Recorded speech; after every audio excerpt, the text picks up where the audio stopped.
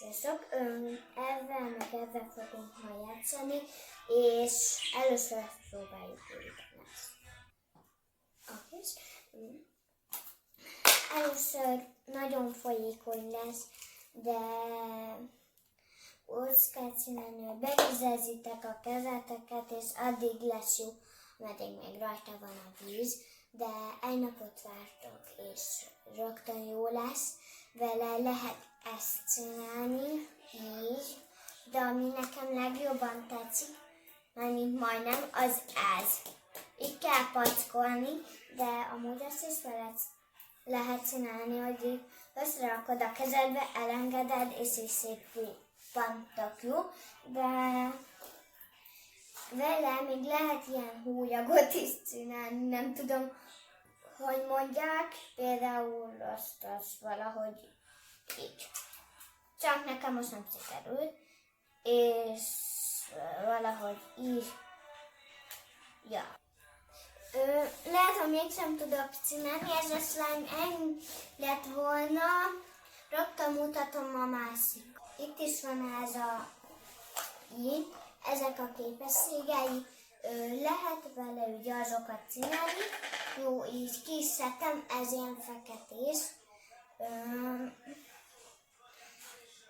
Amikor beleolvad a slime, akkor így tudjátok viselni, de most tök jó.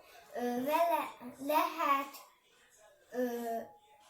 így azt csinálni, hogy is széthúzni, és vele lehet így nyomkodni, ez nagyon jó érzés. Ugye labdák lehet belőle gyúrni, és tud vele pattogni. Ho! Azt most nem látták. De amikor szorítás. Elsökalt a labda a ház túloldalára. De amúgy ez még mágnesses, de azt nem tudjuk bemutatni, mert nincs otthon mágnesünk, de amúgy ez még az is jó, hogy nyomkodod ugye, de ebből mindenfélét lehet csinálni. Amúgy azt is lehet vele csinálni, így összerakjátok, így, és belerakjátok olyatokat, és az tök jó, mert amúgy, tadá!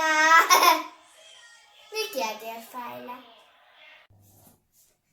Sziasztok! Ha tetszett a videó, akkor lájkoljátok. Én Noémi voltam. Sziasztok!